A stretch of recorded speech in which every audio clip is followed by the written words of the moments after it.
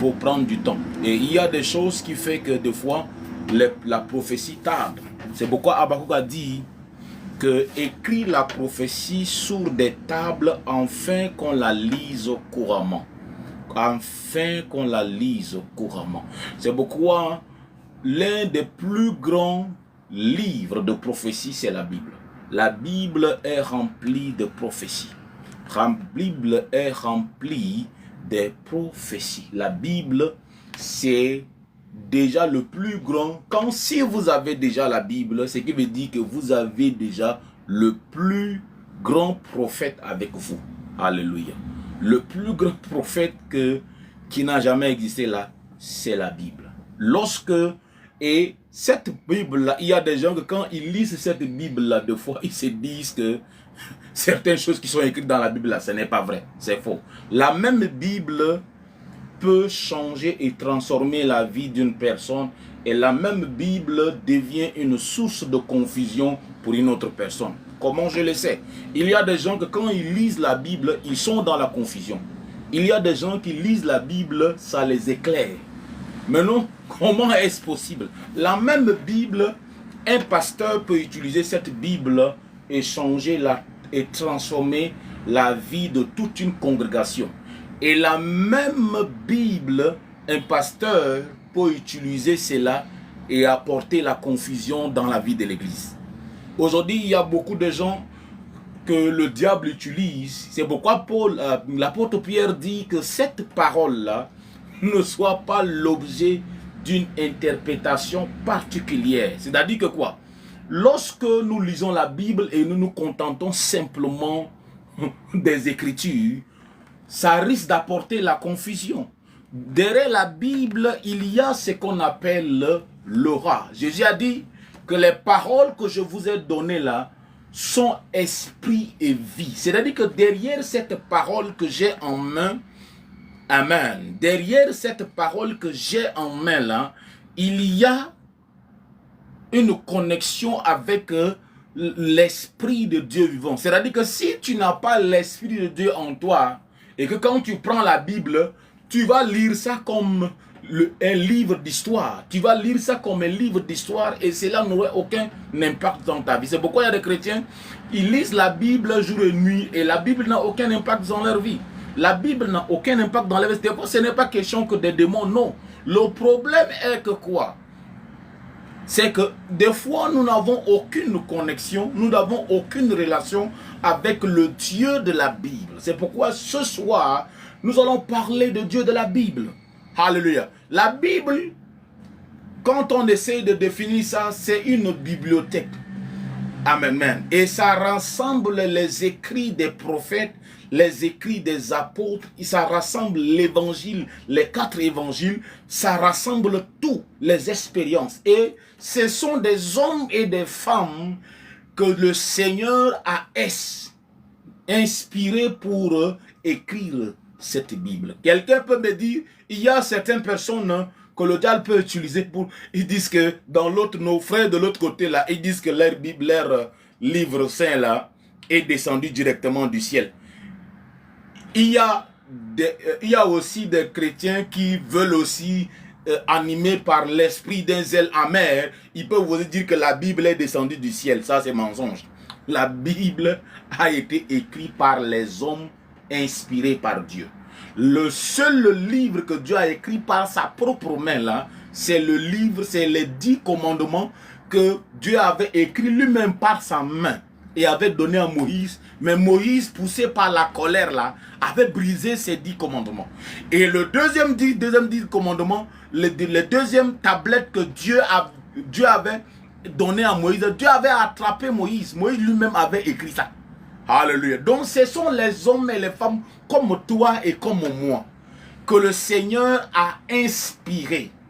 Alléluia. Pour écrire les paroles dans ce livre-là. Alléluia. C'est pourquoi, si vous n'êtes pas, maintenant le plus grand c'est que si vous n'êtes pas né de nouveau, si vous n'avez aucune connexion avec le Dieu de la Bible va devenir un livre d'histoire entre votre main. Et cela ne pourra pas changer votre vie. Un jour, les disciples de Jésus-Christ étaient autour de lui. Et il y avait aussi les pharisiens qui venaient juste d'accepter Jésus-Christ, d'accepter les enseignements de Jésus-Christ. Et Jésus-Christ va les parler dans Jean chapitre 15, verset 7. Il va le dire, si vous demeurez en moi. Et ce texte-là, j'appelle cela un chèque en blanc. Et j'aimerais mettre ce chèque en blanc là entre tes mains. C'est-à-dire que quoi? Imagine l'homme le plus riche de ce monde te tend son chèque, il te dit, et il signe ça. Il te dit, écris le montant que tu veux et va à la banque et retire cela. C'est ça, j'appelle ça un chèque en blanc. C'est-à-dire que quoi? L'homme le plus puissant financièrement de ce monde te tend son chèque. Il signe ça, il te dit, toi-même écris le montant, va à la banque et retire le montant. Et c'est la même chose que le Seigneur nous donne au travers de ce texte. Et cette même chèque en blanc là, que Dieu avait transmis ça aux Juifs. Dans Jean chapitre 15, verset 6, merci beaucoup. Dans Jean chapitre 15, verset 7, la Bible dit que Jésus-Christ parlait aux pharisiens. Il dit, si vous demeurez en moi et que mes paroles demeurent en vous, demandez ce que vous voudrez et cela vous sera accordé. Ce n'est pas un chèque en blanc. Il dit demandez. Demandez. Demandez ce que vous voudrez et cela vous sera accordé. Pourquoi la Bible, pourquoi Jésus-Christ a mis le si? La première condition, c'est de demeurer en Jésus-Christ. Pour que cette parole-là puisse avoir de l'effet dans ta vie et dans ma vie-là, il va falloir que nous puissions respecter ou remplir les conditions du premier si qui est de demeurer en Jésus-Christ. Aujourd'hui, beaucoup de chrétiens demeurent fermes et attachés à leur église, demeurent fermes et attachés à leur doctrine, demeurent fermes et attachés aux doctrines et les enseignements de leur pasteur, mais ils ne demeurent pas en Jésus-Christ. C'est ça le plus grand défaut, c'est ça le plus grand danger de l'évangile. Aujourd'hui, nous voyons les gens remplir l'église et quand vous les voyez, ils se réclament chrétiens, mais en temps normal, ils ne connaissent pas le Seigneur. Ils ne connaissent pas le Dieu de la Bible. Ils ne le connaissent pas. Jésus a dit aux Juifs qui venaient juste de le recevoir, il dit, si vous demeurez en moi, et que mes paroles demeurent en vous. Donc, pour que cette parole-là avoir de l'effet dans ta vie, pour que cette parole-là puisse changer ta vie, pour que cette parole-là puisse transformer ta vie, pour que cette parole-là puisse t'accorder ta vie de rêve, pour que tu puisses expérimenter la main de Dieu, il faut que tu demeures attaché au Seigneur Jésus-Christ qui est le Dieu de la Bible. Peu importe ce que les gens peuvent dire de Jésus-Christ. Il y a des gens qui peuvent dire que c'est un prophète. Il y a des gens qui peuvent dire que non, c'est le Fils de Dieu. Mais nous croyons de tout notre cœur qu'il est Dieu lui-même. Alléluia. Jésus-Christ est Dieu. Amen. C'est pourquoi quand Philippe était en train de poser la question, il dit, mais maître, montre-nous le Père et cela nous suffira. Et Jésus-Christ a regardé Philippe, il a dit, mais Philippe, depuis que je suis avec vous là, vous ne m'avez pas encore reconnu. Vous ne m'avez pas encore reconnu.